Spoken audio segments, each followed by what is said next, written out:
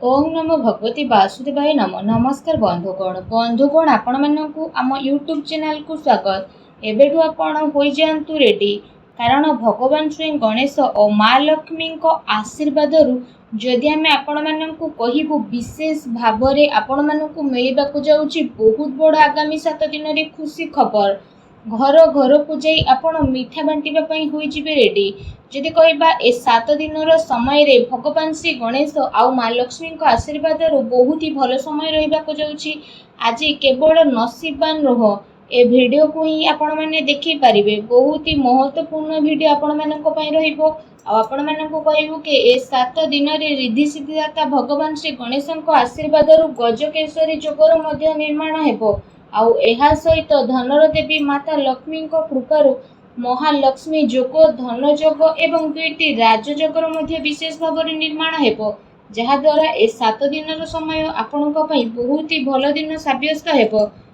प्रतिटी घर को जाइके आपणक मिठा बांटिबा पई पड़िबो। विशेष भाव ए खुशी खबर आपणक प्राप्त हेबाकु जाउछि। भगवान श्री गणेश माता लक्ष्मी को आशीर्वाद ए 7 दिन रे अनेक प्रकार लाभ, धन लाभ, बड़ बड़ खुशी खबर एवं अनेक सारा लाभ आपणक प्राप्त हेबो, जहाद्वारा आपणकर संपूर्ण जीवन बदली जीव। से खुशी खबर कौन आसतु जानिबा, सेतिपई वीडियो को पूरा शेष पर्यंत देखंतु। आ शेष रे वीडियो को निहाती भाबरे देखंतु। वीडियो को आदौ भी मिस करंतु नाही, कारण ए वीडियो आपण मानक पई बहुत ही महत्वपूर्ण रहिबो। ए वीडियो रे आपणक पई आगामी 7 दिन रो संपूर्ण विषय रे सठिक राशिफल मु आपण मानक पई नै करी आसीछि। तेणु वीडियो शेष पर्यंत निश्चिंत भाबरे देखंतु। या पूर्वरु कहिबी भगवान श्री गणेश माता लक्ष्मी सच्चा भक्त होइतिले वीडियो को लाइक करंतु। कमेंट बॉक्स रे जय श्री गणेश, जय माँ लक्ष्मी बोली अवश्य लिखंतु, जहाद्वारा आपणकर सब मनोकामना पूर्ण हेबो।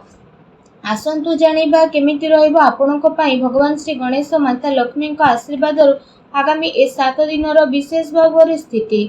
जदि विशेष भाव में आम आपको कहबू आपणक पई भगवान श्री गणेश माता लक्ष्मी आशीर्वाद ए दिन बहुत ही भल दिन रहिबाकु जाउछि, जहाद्वारा आपणकर सबु दुख कष्ट दूर होई जिवो। परिवार रे धन दौलत सुख समृद्धि मध्य बढ़िबो एवं जीवन साथी प्रेम संबंध आहुरी अधिक मजबूत हेबो। आपण समस्तक पई ए समय बहुत ही शुभ समय चालू अछि। आपण समस्तक पई जदि कहबा नुआ चाकरी मिलिबार विशेष रूप रे जोग मिलुछि। अचानक धन रे वृद्धि हेबो। आर्थिक पक्ष मध्य काफी मजबूत हेबार ए दिन रे विशेष भाव रे आपणक पई नजर आसुछि। जहा चाहिबे से सबु आपणक विशेष भाव रे ए सबु दिन रे प्राप्त मध्य हेबो। मानसिक भाव रे आपण खुशी मध्य अनुभव करिवे। प्रतिटी स्थिति आपणको मिलिबो। अटकी थिबा कार्य मध्य आपणकर पूरा हेबार जोग बनुछि। आपणक योग्यता एवं प्रतिभा करी लोकंक सामना को आसीबो। ता सहित आज आपणको विशेष रूप रे विजय प्राप्त हेबो। आपण आपणक दिन चर्या रे नेकी आगो को बढ़िबे, जहा द्वारा आपणकर व्यक्तित्व रे आश्चर्यजनक निखार मध्य देखिबाकू मिलिबो।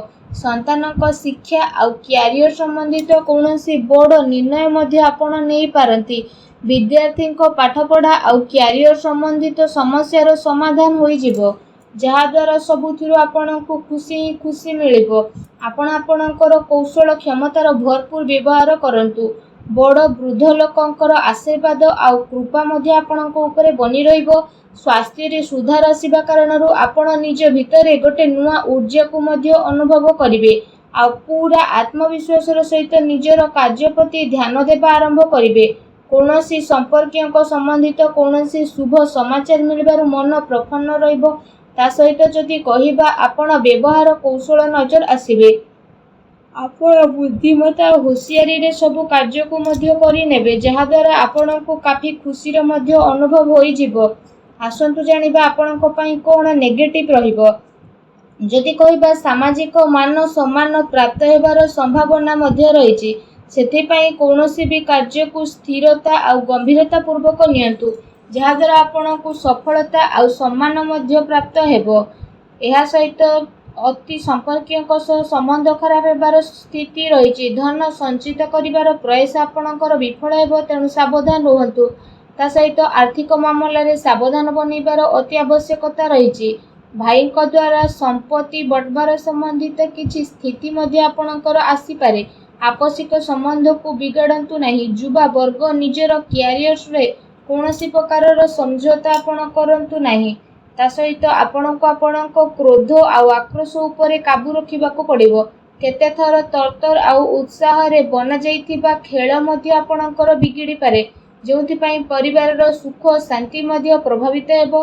निजर लक्ष्य प्रति कड़ा नजर रखिबा आपणको पई अति आवश्यक रहिछि। ଏହା ସହିତ ଅଜଣା ଆଉ ଅପରିଚିତ ବ୍ୟକ୍ତିଙ୍କ ଦ୍ୱାରା ବ୍ୟବହାରରେ ଲେଣଦେଣ ସାବଧାନତା ରଖନ୍ତୁ। ଆପଣ କୌଣସି ଷଡ଼ଯନ୍ତ୍ରର ଶିକାର ମଧ୍ୟ ହୋଇପାରନ୍ତି। ସେଥିପାଇଁ ଠିକ୍ ଏହା ରହିବ କି ଆପଣ ଖରାପ ଲୋକଙ୍କ ସଙ୍ଗତିରୁ ଦୂରେଇକି ରୁହନ୍ତୁ। ବଡ଼ ଲୋକଙ୍କର ସ୍ୱାସ୍ଥ୍ୟରେ ଆପଣଙ୍କୁ ଧ୍ୟାନ ରଖିବାର ଅତି ଆବଶ୍ୟକତା ରହିଛି। ତା ସହିତ ବ୍ୟର୍ଥ କାର୍ଯ୍ୟରେ ଧନ ଖର୍ଚ୍ଚ ହେବାର ପ୍ରବଳ ଯୋଗ ମଧ୍ୟ ଆପଣଙ୍କ ପାଇଁ ବନୁଛି। ଭୂମି ଏବଂ ବାହନକୁ ନେଇ କୌଣସି ବଡ଼ ଧରଣର କରଜ ମଧ୍ୟ କରିପାରନ୍ତି। ସେଥିପାଇଁ ନିଜର ଆର୍ଥିକ ସ୍ଥିତିକୁ ଧ୍ୟାନରେ ରଖିକି କିଣାକିଣି ସମ୍ବନ୍ଧିତ ଆପଣ ଯୋଜନା ବନାନ୍ତୁ। ଏହା ଆପଣଙ୍କ ପାଇଁ ବହୁତ ଭଲ ରହିବ। ଆସନ୍ତୁ ଜାଣିବା ଆପଣଙ୍କର ଲଭ୍ ଲାଇଫ୍ କିପରି ରହିବ। ଦାମ୍ପତ୍ୟ ଜୀବନକୁ ନେଇକି ସ୍ଥିତି ଆପଣଙ୍କର କାଫି ଭଲ ରହିବ। ଜୀବନ ସାଥୀଙ୍କ ସହ ମଧୁର ସମ୍ବନ୍ଧ ହେବା ସହିତ ଆପଣଙ୍କୁ ତାଙ୍କର ସହଯୋଗ ମଧ୍ୟ ପ୍ରାପ୍ତ ହୋଇଯିବ। ଘର ପରିବାରର ସୁଖ ସୁବିଧା ପ୍ରତି ଆପଣଙ୍କର ପ୍ରାଥମିକତା ମଧ୍ୟ ରହିବ। ପତି ପତ୍ନୀଙ୍କ ଭିତରେ ସମ୍ବନ୍ଧ ମଧ୍ୟ ମଧୁର ରହିବ। କିନ୍ତୁ ସନ୍ତାନଙ୍କର କିଛି ଜିଦ୍ଦିପଣ ବା ନକାରାତ୍ମକ ରବୈୟା ଆପଣଙ୍କ ଚିନ୍ତାର କାରଣ ମଧ୍ୟ ବନିପାରେ। ଆସନ୍ତୁ ଜାଣିବା ଆପଣଙ୍କ ବ୍ୟବସାୟ ଆଉ କ୍ୟାରିୟର କିପରି ରହିବ। ବ୍ୟାପାରର ବିସ୍ତାରତା ସମ୍ବନ୍ଧିତ ନୂଆ ସମ୍ଭାବନା ଉପରେ ଆପଣଙ୍କର ବିଚାର ହେବ। ନିଜର ପୂରା ଜୋସ୍ ମାର୍କେଟିଂ ତଥା ନିଜର ପ୍ରଡକ୍ଟର ପ୍ରମୋସନରେ ଲଗେଇବେ। ଚାକିରି କରୁଥିବା ବ୍ୟକ୍ତିମାନେ ଆପଣଙ୍କ କାର୍ଯ୍ୟରେ ସନ୍ତୁଷ୍ଟ ରହିବେ ଆଉ ସହକର୍ମୀଙ୍କର ଆପଣଙ୍କୁ ପୂରା ସହଯୋଗ ପ୍ରାପ୍ତ ହେବ। କାର୍ଯ୍ୟ ବିସ୍ତାରର ଯୋଜନା ମଧ୍ୟ ଆପଣଙ୍କର ବଦଳିବ। ତା ସହିତ ସେ ଯୋଜନାରେ ଆପଣ ପୁଣି ଥରେ ଆଗକୁ ବଢ଼ିବେ। ଏହା ସହ ଚାକିରିରେ ହାଲକା ଫୁଲକା ପ୍ରୋବ୍ଲେମ ମଧ୍ୟ ଆସିପାରେ, କିନ୍ତୁ ଆପଣ ନିଜର ବୁଦ୍ଧିମତ୍ତା ଆଉ ବ୍ୟବସାୟ ଦ୍ୱାରା ସବୁ କାର୍ଯ୍ୟରେ ଆଗକୁ ବିଶେଷ ଭାବରେ ଶାନ୍ତିପୂର୍ଣ୍ଣ ରୂପରେ ବଢ଼ି ମଧ୍ୟ ଯିବେ। କୌଣସି ବଡ଼ ଅଧିକାରୀ ବା ରାଜନୈତିକ ବ୍ୟକ୍ତିଙ୍କ ସହିତ ଆପଣଙ୍କର ସାକ୍ଷାତ ଦ୍ୱାରା ଆପଣଙ୍କ କାର୍ଯ୍ୟ ବହୁତ ଆସାନୀରେ ବନିବ, କିନ୍ତୁ କେତେ ସାରା ମାମଲାରେ ଆପଣଙ୍କର ସ୍ୱାଭିମାନ ଆପଣଙ୍କ ଉନ୍ନତିରେ ବାଧା ମଧ୍ୟ ବନିପାରେ। ସେଥିପାଇଁ ନିଜର ବ୍ୟବହାରକୁ ସାବଧାନ ରୂପକ ରଖନ୍ତୁ। ଏହା ଧ୍ୟାନ ରଖିବା ଆପଣଙ୍କ ପାଇଁ ଅତି ଆବଶ୍ୟକ ରହିଛି। ଆପଣଙ୍କର କୌଣସି ମହତ୍ତ୍ୱପୂର୍ଣ୍ଣ ବ୍ୟବସାୟିକ ଗତିବିଧି ମଧ୍ୟ ଲିକ୍ ହୋଇପାରେ। କର୍ମଚାରୀଙ୍କର ଗତିବିଧିରେ ଆପଣ ନଜର ରଖନ୍ତୁ ଏବଂ ଶୀଘ୍ର ହିଁ ସ୍ଥିତି ଆପଣଙ୍କର କାବୁରେ ଆସିଯିବ। ସେଥିପାଇଁ ଆପଣ ପୂରା ଜୋସ୍ରେ ସହିତ ନିଜର କାର୍ଯ୍ୟ ପ୍ରତି ଏକାଗ୍ର ଚିତ୍ତ ରୁହନ୍ତୁ। ଆସନ୍ତୁ ଜାଣିବା ଆପଣଙ୍କର ସ୍ୱାସ୍ଥ୍ୟ କିପରି ରହିବ। ଯଦି କହିବା ଅତ୍ୟଧିକ ପରିଶ୍ରମ କାରଣରୁ ଥକାପଣ ଏବଂ କଷ୍ଟ ଭଳି କିଛି ସମସ୍ୟା ଆପଣଙ୍କର ଉତ୍ପନ୍ନ ହୋଇପାରେ। ଏହା ସହିତ ଅଧିକ ତେଲଯୁକ୍ତ ଖାଦ୍ୟ ଖାଇବା ଠାରୁ ଦୂରେଇ ରୁହନ୍ତୁ, ଅନ୍ୟଥା ପେଟ ସମ୍ବନ୍ଧିତ ସମସ୍ୟା ଉତ୍ପନ୍ନ ହୋଇପାରେ। ସେଥିପାଇଁ ସୁପାଚ୍ୟ ଭୋଜନ ଗ୍ରହଣ କରନ୍ତୁ। ଏହା ସହିତ ନିଜ ସ୍ୱାସ୍ଥ୍ୟକୁ ଆହୁରି ଅଧିକ ଭଲ ରଖିବା ପାଇଁ ଆପଣ ପ୍ରତ୍ୟେକ ଦିନ ଯୋଗ କରନ୍ତୁ, ବ୍ୟାୟାମ କରନ୍ତୁ ଏବଂ ସୁସ୍ଥ ରୁହନ୍ତୁ। ଆସନ୍ତୁ ଆପଣଙ୍କ ପାଇଁ କ'ଣ ବିଶେଷ ଉପାୟ ରହିଛି ଏ ଦିନରେ ବିଶେଷ ଭାବରେ ଜାଣିବା। ଏ ଦିନରେ ଆପଣ ସ୍ନାନ ଆଦି ବିଶେଷ ଭାବରେ କରିସାରିବା ପରେ ଗୋଟେ ମୁଠା ଅଖଣ୍ଡ ଚାଉଳ ନିଅନ୍ତୁ। ବିଶେଷ ଭାବରେ ଯେଉଁ ଚାଉଳ ଆପଣ ନେଇଛନ୍ତି ତ ସେ ଚାଉଳ ଯେମିତି ଭାଙ୍ଗି ନଥିବ, ସେ ଚାଉଳ ଅଖଣ୍ଡିତ ଚାଉଳକୁ ଆପଣ ନିଅନ୍ତୁ ଏବଂ ସେ ଚାଉଳକୁ ନେଇକି ଆପଣ କ'ଣ କରିବେ ନା ବିଶେଷ ଭାବରେ ସ୍ନାନ କରିସାରିବା ପରେ ଗୋଟେ ମୁଠା ଚାଉଳକୁ ତ ନେବେ, ତାପରେ ଆପଣ ସେ ଗୋଟେ ମୁଠା ଚାଉଳକୁ ମା ଲକ୍ଷ୍ମୀଙ୍କୁ ସ୍ମରଣ କରିକି ପ୍ରବାହିତ ଜଳରେ ଭସେଇ ଦିଅନ୍ତୁ ଏବଂ ଏହା ସହିତ ନିଜର ମନୋକାମନା ମଧ୍ୟ ମାଗନ୍ତୁ। ଏପରି କରିବା ଦ୍ୱାରା ମା ଲକ୍ଷ୍ମୀ ବହୁତ ଶୀଘ୍ର ପ୍ରସନ୍ନ ହେବେ ଏବଂ ଆପଣଙ୍କର ସମସ୍ତ କଷ୍ଟକୁ ମଧ୍ୟ ଦୂର କରିବେ। ଯାହା ବି ଆପଣଙ୍କ ଜୀବନରେ ଧନ ସମ୍ବନ୍ଧିତ ପ୍ରୋବ୍ଲେମ ଥିଲା, ସବୁ ପ୍ରୋବ୍ଲେମର ଅନ୍ତ ହେବ ଏବଂ ଏପରି କରିବା ଦ୍ୱାରା ଆପଣଙ୍କୁ ଶୀଘ୍ର ହିଁ ବିଶେଷ ଭାବରେ ଲାଭ ପ୍ରାପ୍ତି ହେବ। ମା ଲକ୍ଷ୍ମୀଙ୍କ ଆଶୀର୍ବାଦ ଆପଣଙ୍କୁ ପ୍ରାପ୍ତ ହେଉ। ସଚ୍ଚା ଦିଲରେ ଜୟ ମା ଲକ୍ଷ୍ମୀ ଅବଶ୍ୟ ଲେଖନ୍ତୁ ଏବଂ ଭିଡ଼ିଓକୁ ଲାଇକ୍ କରିବା ପାଇଁ ଆପଣମାନେ ଆଦୌ ବି ଭୁଲନ୍ତୁ ନାହିଁ। ଧନ୍ୟବାଦ।